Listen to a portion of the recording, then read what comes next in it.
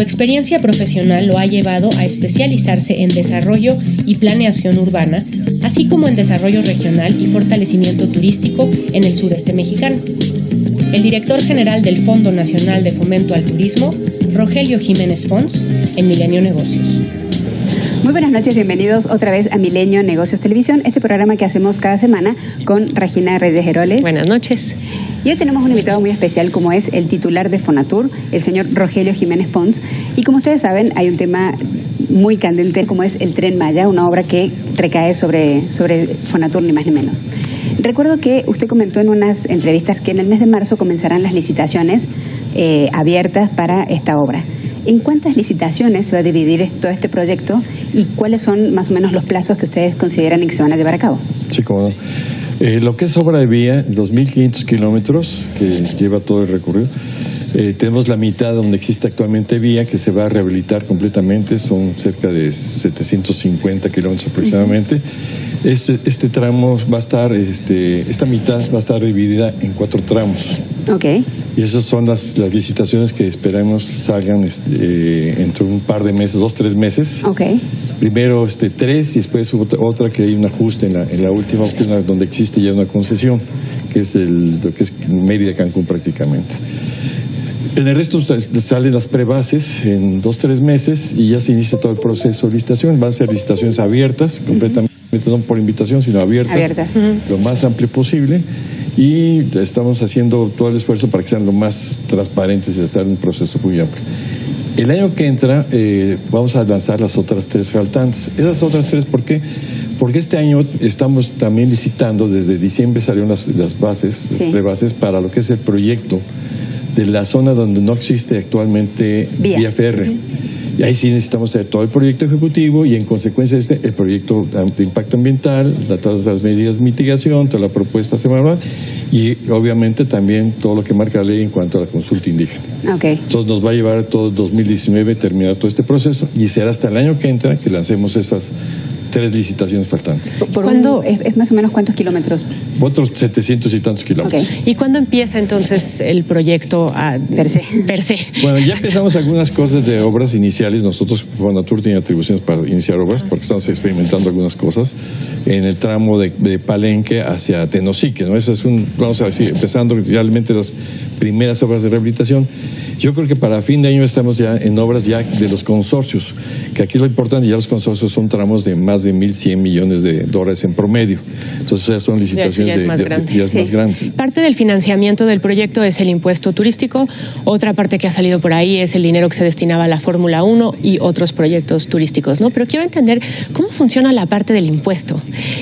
¿Cuánto llega ahí? ¿Se va a usar todo? ¿Se usa solo una parte? ¿Cómo lo están planeando? Sí, es el impuesto de no residentes. Como el del aeropuerto. Exactamente. Entonces, esos son aproximadamente 6.000 millones de pesos que le llegan al país. Eso se va a tratar de una política de tenerlo como pago para todo esto, para llevarlo a toda esta operación. Nosotros vamos a pagar en las licitaciones son para lo siguiente. De los 150.000 millones aproximadamente que cuesta el proyecto, o sea, alrededor de 8.000 millones de dólares. El gobierno pagará solamente el 10%. El 90% va a ser privado. Es una asociación público-privada, algunas particularidades, donde vamos a pagar 3 cosas: el capital, los intereses y el mantenimiento. Esto último es muy importante para evitar que las constructoras ya abandonen la obra y ya se vayan y tengamos pues problemas. Durante 30 años vamos a garantizar que cada grupo de consorcio que haya ejecutado una parte de la vía se responsabilice. Hay otros 2 concursos adicionales: el concurso de material rodante, que son locomotoras y vagones, que se hará también el año que entra, y finalmente el concurso del operador. Porque si bien el Estado mantiene la concesión, nosotros el Estado será el rector, entonces no opera. El que va a operar es un privado, que es el que va a hacer la operación completa de todo el conjunto, y se tendrá que licitar también. Una vez que la obra esté lista, que el tren esté funcionando, ¿de qué números vamos a hablar de visitantes, de ingresos, de cuánto va a representar y en carga? Bueno, nosotros hicimos un primer esquema así de aproximación de pronóstico para empezar a hacer toda una estructura, porque aquí hay que ver que hay muchos negocios aledaños al tren. Claro. Sobre todo las estaciones que nos generan puntos de desarrollo urbano importantes. Entonces nosotros estamos haciendo un pronóstico de que del flujo actual, que son cerca de 15 millones de visitantes a Cancún, que han ido bajando hacia Tulum y hacia Chichén, nosotros en 10 años podemos, si hacemos correctamente bien las cosas, hacemos producto turístico al sur de la península, empezando por Palenque, Calakmul, lograr un flujo anual de cerca de 3 millones, que es una meta de pasajeros dentro de 10 años. Okay. Evidentemente, el impacto de todo esto que ocasiona que hay que cacharlo, hay que evitar que sobrecargue las zonas, porque no nos pasa lo que está pasando en Tulum. Sí, bueno, Playa del Carmen. O Playa del Carmen, que ya se echó a perder, sino cambiar el modelo de ocupación. Es una parte importante del proyecto Tren Maya, el ordenamiento territorial, que ya estamos viendo con los presidentes municipales, sí. Y es la parte clave de todo este desarrollo. Por eso lo hace Fonatur. Sí, claro. Y si son 3 millones de pasajeros, ¿cuánto va a ser de carga y cuál va a ser el ingreso que va a tener en 10 años cuando ya esté a full? Bueno, nosotros esperamos que todavía no estemos en la precisión, tenemos unas empresas ya trabajando en ese tipo de proyecciones, esperamos que ya se hagan todo esto, es parte de la cuestión de los trabajos de todo este año, pero nosotros estamos estimando que el que va a llevar el peso, el pago de todo el proceso, sea la carga, es un 70% aproximadamente, y un 30% turismo. Sí. Pero puede cambiar, ¿no? O sea, al ser mixto, si en alguna temporada no hay tantos pasajeros, entonces puede ser más carga. Así es. Se está moviendo según las necesidades y la necesidad de recursos también. Sí, y también hay zonas muy demandantes en términos de pasaje, en corto, los de cercanías. Hay zonas que sí son muy demandantes en términos de carga, que sobre todo lo que proviene del centro de la República hacia la península es bastante fuerte. Entonces, todo ese tipo de cosas, ahí por eso la programación son 1.500 kilómetros, es muy amplio. Sí, claro. Entonces va a haber zonas muy cargadas, por ejemplo, de carga, otras muy cargadas de pasajeros. Entonces va a ir esto. ¿Y hay algún modelo internacional que ustedes hayan tomado como ejemplo? ¿Algo parecido? No, tenemos varios asesores internacionales que nos han traído ahora sí que de muchas partes. México está recuperando su cultura ferroviaria que perdimos desgraciadamente. Sí. Pero hay países que mantienen unos altísimos niveles de operación, entonces de ellos estamos aprendiendo. ¿Y de dónde son estos consultores? Pues hay de Estados Unidos, hay de Europa, de Canadá, en fin, de España. En fin, hay varias gentes que tienen ya una amplia cultura ferroviaria, que son los de donde estamos nutriendo. Otra vez, claro. Uno de los temas claves que se ha hablado un poco es que el tren cruza la reserva de Calakmul, ¿no? Que es una de las reservas más grandes después de, pues creo que el Amazonas, ¿no? En el continente. Quiero entender un poco, o que nos explique, a la hora que pasen por ahí, ¿habrá estaciones, no habrá estaciones? ¿Solo es un paso? O sea, ¿cómo están justo respondiendo a toda esta, a toda esta polémica? Es muy lógico la cosa de la preocupación ambiental. Lo que yo les puedo decir es de que, para empezar, el tren va a pasar siempre por donde existen los derechos de vía existentes. Claro. ¿Cuáles son? Donde está la vía férrea existente. O en la ciudad. Donde están las líneas de alta tensión. Donde está la carretera. Todas estas tres ya no existen árboles. Entonces, en el caso específico de Calakmul, vamos a estar pegados a la carretera. Entonces, para nosotros es muy importante no solamente proteger a Calakmul, sino fortalecerlo y, si en la medida posible, es ampliar la reserva. Claro, que la gente pueda llegar. Pero hay una cosa también fundamental. El proyecto del Tren Maya no se queda solamente en esta infraestructura de urbana y de tipo servicio ferroviario, sino también incide en las comunidades que viven en torno a la reserva de Calakmul. Hay un programa importante de la Secretaría de Bienestar, Sembrando Vida. Para que esa gente preste servicios a este nuevo foco de... Más que nada, no tanto eso, sino de alguna forma incorporarlos a las cadenas productivas con producción de, por ejemplo, miel, cuestiones agrícolas, orgánicas, o sea, pero lo que nos interesa es que toda la vecindad existente que deje su grado de marginidad.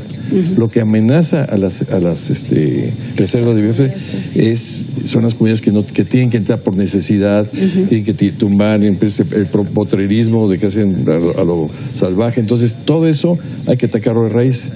¿Qué nos va a garantizar este programa? Que el Tren Maya conlleva estos programas de apoyo de todo el gobierno federal para que la reserva no tenga esos latentes problemas y conflictos y pueda crecer y fortalecerse.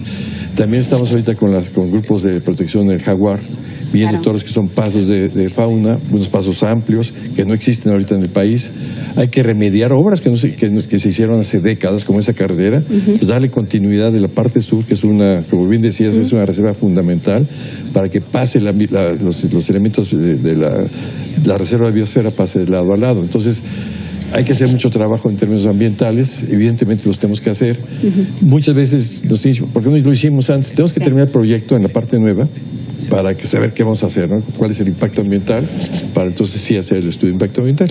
De igual manera, la consulta con los pueblos indígenas se va a hacer de acuerdo a lo que marca la ley, por el protocolo muy estrictamente, ¿no?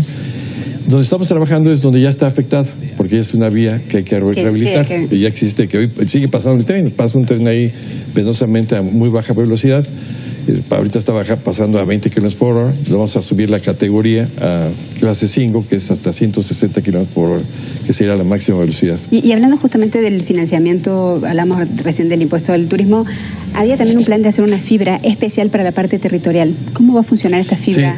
Sí, bueno, Fonatur va a generar una fibra propia y unas fibras también para lo que es Tren Maya. Ok, son dos. Son dos, hasta ahorita estamos distribuyendo para los proyectos de Fonatur fuera de la zona Maya, para todo lo que es el norte y el Pacífico. Y en el caso de las reservas que estamos buscando, estamos asociándonos, es generar a través de una fibra, asociarnos con particulares donde hay terrenos óptimos para la estación y generar reservas, y sabemos que el ordenamiento territorial se puede dar a partir de la estación. En algunos casos estamos llevando a la estación inclusive un nuevo palacio municipal, si lo permiten las condiciones, pasa el caso de 2 o 3 ciudades. Claro. Y eso ya nos permite un ordenamiento de territorio. Ese territorio vamos a llevarlo a través de financiamiento, a través de la bolsa. Entonces eso nos obliga a Fonatur a transparentar su gobernanza, a democratizar capital y sobre todo ya no depender del capital del Estado, o sea, del gobierno. ¿Cuánto esperan recaudar en esa fibra? Pues depende de cada caso. Ahí va a haber fibras pequeñitas de algunas cuantas hectáreas y unas fibras muy grandes. Pero en total, este financiamiento... No tenemos idea, pero sí estamos hablando de más de 3 veces lo otro. O sea, porque sí, el impacto, y ese se va a dar de acuerdo al mercado. Los 8,000. Sí, los 8,000. O sea, pero eso se va a dar en el tiempo, tiene que tener madurez. O sea, aquí no vamos a imponer condiciones del mercado, el mercado sabe qué demanda. La ventaja que tenemos es que es una zona muy buena en términos de mercado a nivel mundial. La península de Yucatán es de las mejores ofertas, muy bien conectada, con grandes atractivos naturales y culturales. Entonces sabemos que si hacemos cosas con sentido práctico y lógico, podemos generar condiciones buenas de mercado y aprovechar esa situación. ¿En qué tiempo lo observamos? Eso lo determina el mercado. Entonces tenemos que irnos de acuerdo a las condiciones del mercado, a ver cómo va respondiendo. Pero queremos de entrada que hay puntos ya ahorita muy demandados, entonces, como Tulum, ¿no? Si tenemos una reserva importante en Tulum, sabemos que tenemos un éxito. Otros lugares poco conocidos, pues con el tiempo también van a ir creciendo, pero hay lugares preciosos poco conocidos, como el río Sumacinta a la altura de Boca del Cerro, cosas donde más tenemos una estación. En fin, hay distintos productos. Y estos son, digamos, los proyectos en los que Fonatur va a poner el ojo en el mediano o largo plazo, ¿correcto? De la zona de Tren Maya, sí. O sea, son 15 estaciones y prácticamente 15 desarrollos de distintos tamaños, pero son desarrollos inmobiliarios, donde está la fibra. Exactamente. Bueno, muchísimas gracias por esta visita.